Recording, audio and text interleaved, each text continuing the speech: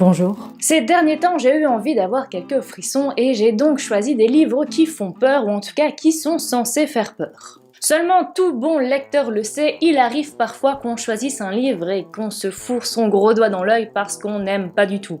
Dans cette vidéo, comme d'habitude, il y aura 3 livres, pas d'ordre aléatoire cette fois, puisqu'en fait j'ai choisi tout simplement de vous parler du livre que j'ai le moins aimé au début, parce que j'aime garder le meilleur pour la fin.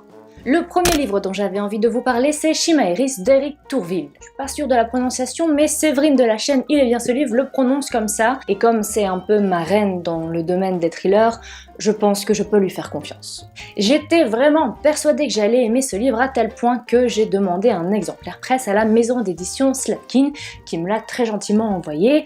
Je l'ai lu et je ne l'ai vraiment pas du tout aimé. Je vais d'abord vous remettre dans le contexte, je vais donc raconter le résumé, l'histoire du livre. On est dans le Vermont aux États-Unis et on va suivre l'inspecteur Fremont qui va être aidé de son ami Todd, un médecin légiste. On va découvrir dans une maison abandonnée, donc qui n'a pas été habitée depuis des années, dans la cave 4 petits cadavres calcinés. Évidemment, très vite on va se rendre compte que les cadavres ce sont des fillettes et qu'il en manquerait peut-être une.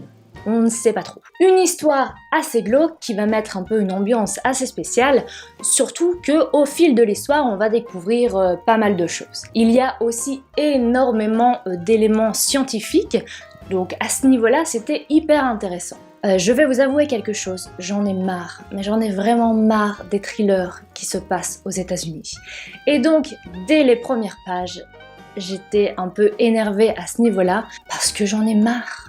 Mais j'en ai marre. Je sais pas pourquoi, je fais vraiment une overdose d'histoires, de thrillers qui se passent aux États-Unis parce que je trouve que y a pas mal d'histoires qui pourraient se passer aussi en Europe et ce serait hyper intéressant. Après, je ne connais pas cet auteur, Éric Tourville, je ne connais pas sa biographie, donc peut-être qu'il a un lien spécial avec les États-Unis, ce qui expliquerait pourquoi il a décidé de placer son histoire aux États-Unis. En fait, ce qui m'a énervé dès le début, c'est que voilà, c'était aux États-Unis et à chaque fois qu'un thriller se déroule aux États-Unis, il y a un moment où on va avoir la CIA, où on va avoir les services secrets.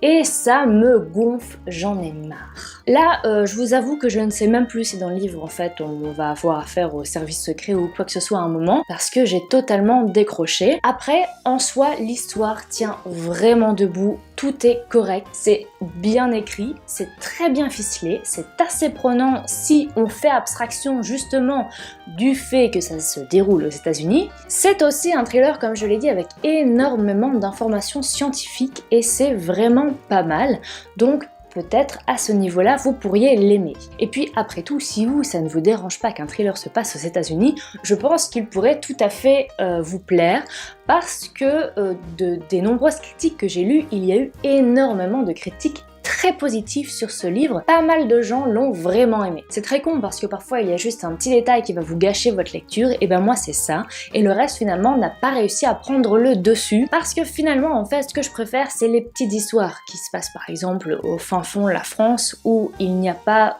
d'entité qui arrive d'on ne sait d'où, ou des services étatiques ou des choses comme ça. Je ne sais pas si vous aussi ça vous le fait, s'il y a vraiment un détail qui vous empêche d'aimer le livre, parce que je l'ai lu jusqu'à la fin, je suis vraiment allée jusqu'à la fin. Donc c'était pas un dégoût total du livre, parce que en soi sinon tout tient la route. Donc c'est vraiment ce petit détail qui m'a tout gâché. Le livre suivant, c'est Effroyable porcelaine de Vincent Tassi des éditions Le Chat Noir. J'ai acheté ce livre à la foire du livre sur les conseils d'Isabelle de la chaîne Isa Natural Tales. Elle m'a dit qu'elle avait adoré, donc j'ai été fortement tentée.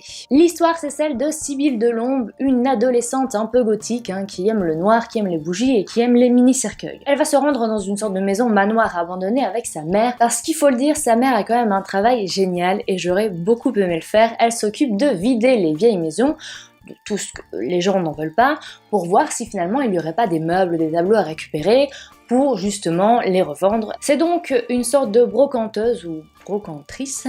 Je vous avoue que j'ai cherché sur internet pour essayer de savoir le mot exact qu'il fallait utiliser, mais en fait j'ai l'impression que personne ne se met d'accord. Brocanteuse, brocantrice, on ne sait pas trop. Bref, revenons à Sibylle Colombe qui va donc se rendre dans ce manoir et elle va y trouver une poupée en porcelaine. Une poupée en porcelaine assez spéciale puisqu'elle porte une petite robe noire et a des cheveux argentés et je pense qu'elle a des yeux pourpres aussi. Enfin bon, bref.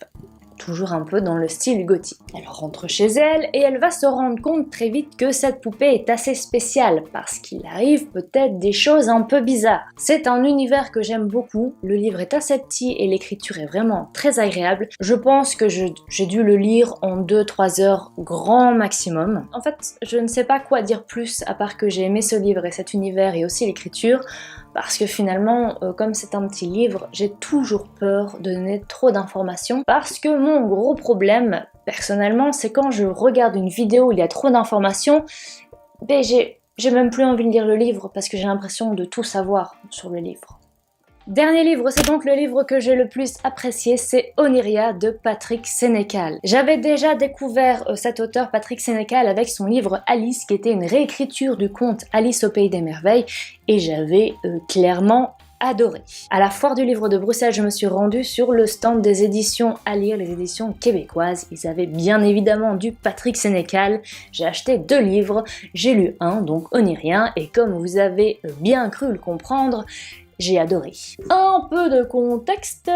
L'histoire, c'est celle de 4 hommes totalement différents qui se sont évadés d'une prison et qui vont en fait devoir trouver refuge pendant la nuit avant de pouvoir passer la frontière et de partir aux États-Unis pour être sûr qu'on ne les retrouve jamais. Et ils vont se réfugier dans une villa qui se nomme Oniria. Très rapidement, ils vont se rendre compte que quelque chose cloche dans cette villa, hein, parce que dès qu'ils passent la porte de la maison, eh bien c'est assez bizarre. Et ça le devient encore de plus en plus, et c'est carrément hyper glauque à tel point que je pense qu'ils auraient mieux fait de rester en prison. Comme vous pouvez vous en douter rien qu'au titre Oniria, il va peut-être y avoir un petit lien avec les rêves, hein. Ça on peut pas le cacher. Il faut savoir aussi que les 4 hommes qui se sont évadés de prison n'ont pas juste été là pour trafic de drogue, hein. Non, c'est à chaque fois pour meurtre. Pour meurtre de façon assez spéciale. Ce que j'aime beaucoup avec Patrick Sénécal, c'est qu'il est québécois et qu'il place ses histoires au Québec. Ça paraît très con et évident comme ça, mais ce n'est pas forcément tout le temps évident. Dans le livre Alice de Patrick Sénécal que j'avais lu, j'avais eu quelques problèmes avec l'écriture, parce que c'était une écriture très orale, et j'avais un peu galéré au début en tout cas, puisque aussi c'est écrit un peu comme un journal intime. Ici, je n'ai pas du tout ressenti ça, et justement c'est assez marrant en fait de voir toutes ces expressions québécoises, et notamment un des personnages qui est vraiment... à mon avis, la caricature du Québécois un peu paumé et un peu con. Et ce que j'aime particulièrement dans le style de Patrick Sénécal, c'est qu'on est directement dans le vif du sujet. On n'y va pas par 4 chemins. C'est parfois un peu glauque, c'est parfois un peu crade. Et ici aussi, comme dans Alice, on a un peu d'érotisme, un peu de sexe. Il y a clairement des scènes de sexe, mais ce n'est pas aussi poussé que dans le livre Alice. C'est un peu plus soft, mais il y en a. Et il y a aussi clairement des scènes d'horreur. C'est marrant, c'est que oui, il y a de l'horreur, il y a vraiment des scènes d'horreur, mais ce n'est pas hyper angoissant comme ça peut l'être parfois dans d'autres livres, parce qu'on est tellement pris dans l'univers, on est tellement pris dans ce huis clos, hein, parce que c'est totalement un huis clos, que je sais pas, il y a pas un moment où je me suis arrêtée pour me dire non, il faut que j'arrête là, c'est beaucoup trop pour moi. Ce que j'aurais pu faire avec d'autres livres, mais dans celui-là, absolument pas. C'est aussi peut-être parce qu'il n'y a pas de détails inutiles. Par exemple, quand il veut nous décrire quelque chose de dégueulasse, il décrit tel quel, il va pas donner 10 000 métaphores pour montrer à quel point le truc qu'il veut décrire est dégueulasse. Pour les scènes de sexe, pareil, ça rentre totalement dans l'histoire, il n'y a pas un moment où on se dit mais qu'est-ce que ça fout là, il n'y a pas de détails inutiles, ça rentre pas dans la pornographie, c'est tout à fait en phase avec l'histoire, donc c'est pas gênant. Et puis surtout, disons-le, il évite les romances à la con.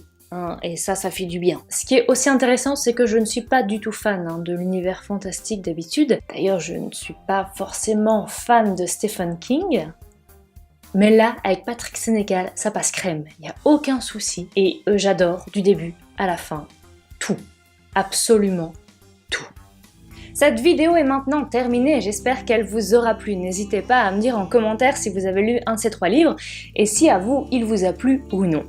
Je vous laisse ici, je vous souhaite une excellente journée, une excellente semaine et je vous dis normalement, si je me suis bien organisée, à la semaine prochaine. Ciao!